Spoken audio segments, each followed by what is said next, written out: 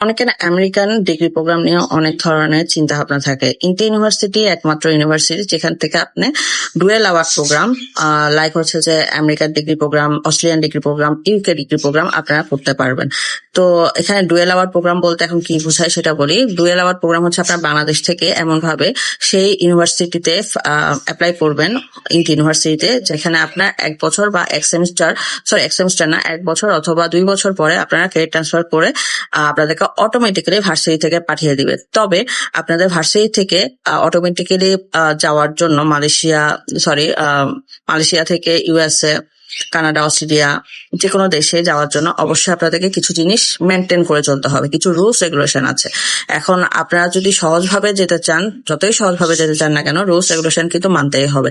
Minimum 26 credit আপনাদেরকে শেষ করতে হবে মালয়েশিয়াতে। এরপরে আপনারা কিছু প্রসেসিং আছে, যে দেশে যে ধরনের রুলস, যে ধরনের ক্রাইটেরিয়া লাগবে, সেই ক্রাইটেরিয়া গুলা ফুলফিল করতে হবে।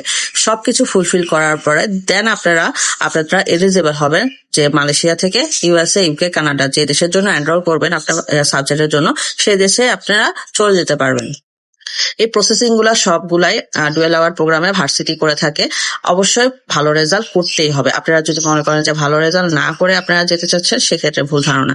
এই ধরনের প্রোগ্রামগুলোতে আপনারা পড়তে চাইলে অবশ্যই রেজাল্ট কিন্তু অনেক বেশি ভালো হতে হবে। রেজাল্ট ভালো না হলে কিন্তু আপনারা কোনো দেশে যাওয়াটা ইম্পসিবল। আপনারা বাংলাদেশ থেকে যদি ট্রাই করেন, অবশ্যই আপনাদেরকে আইএলটিএস একটা ভালো অ্যামাউন্টে রাখতে হয়, যেমন 6, 7, 8, 9 যে কোনো একটা অ্যামাউন্টে স্কলারশিপ যদি পেতে হয়। মালয়েশিয়া স্কলারশিপ নেই, আবার আছেও কিছু কিছু ইউনিভার্সিটিতে, যেমন ইন্টি, সেগ ইউনিভার্সিটিতে কিন্তু আপনার রেজাল্টের উপর একটা স্কলারশিপ ওরা অবশ্যই দেয়। আপনার রেজাল্ট ভালো হলে আপনি স্কলারশিপও পাবেন।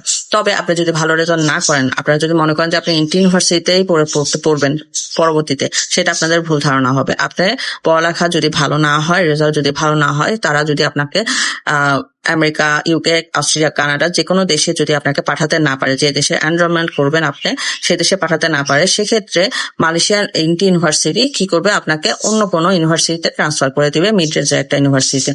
তো আপনাদেরকে এই ধরনের জিনিসগুলো মাথায় রেখে American degree programme, Australian degree প্রোগ্রামে আসতে পারেন। অথবা আপনারা চাইলে ভালো university, INTI, SEGi, cyber, university গুলাতে আপনি নর্মালি সাবজেক্টে আসতে পারেন। 1 বছর পরে ক্রেডিট ট্রান্সফারের জন্য অ্যাপ্লিকেশন করতে পারেন। সেক্ষেত্রে আপনাদের নিজের মাধ্যমে আপনার অ্যাপ্লিকেশন, সেটা হচ্ছে ক্রেডিট ট্রান্সফার প্রসেস।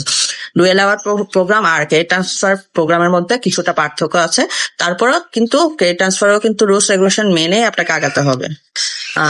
বিস্তারিত জানতে অবশ্যই আমাদের ইনবক্সে যোগাযোগ করবেন। আমাদের হোয়াটসঅ্যাপ নাম্বার আমাদের পেজের উপরে দেওয়া আছে। আর আমরা ইএমজিএস ইনভেস্ট করছি, এটা আপাতত অনেকদিন ধরে আমরা আপনাদের ইএমজিএস ইনভেস্ট করে আসছি। আপনারা যারা ইএমজিএস চাচ্ছেন আমরা ইনভেস্ট করি, সেই ক্ষেত্রে আপনাদের ডকুমেন্ট কিন্তু আমাদের কাছে জমা দিতে হবে।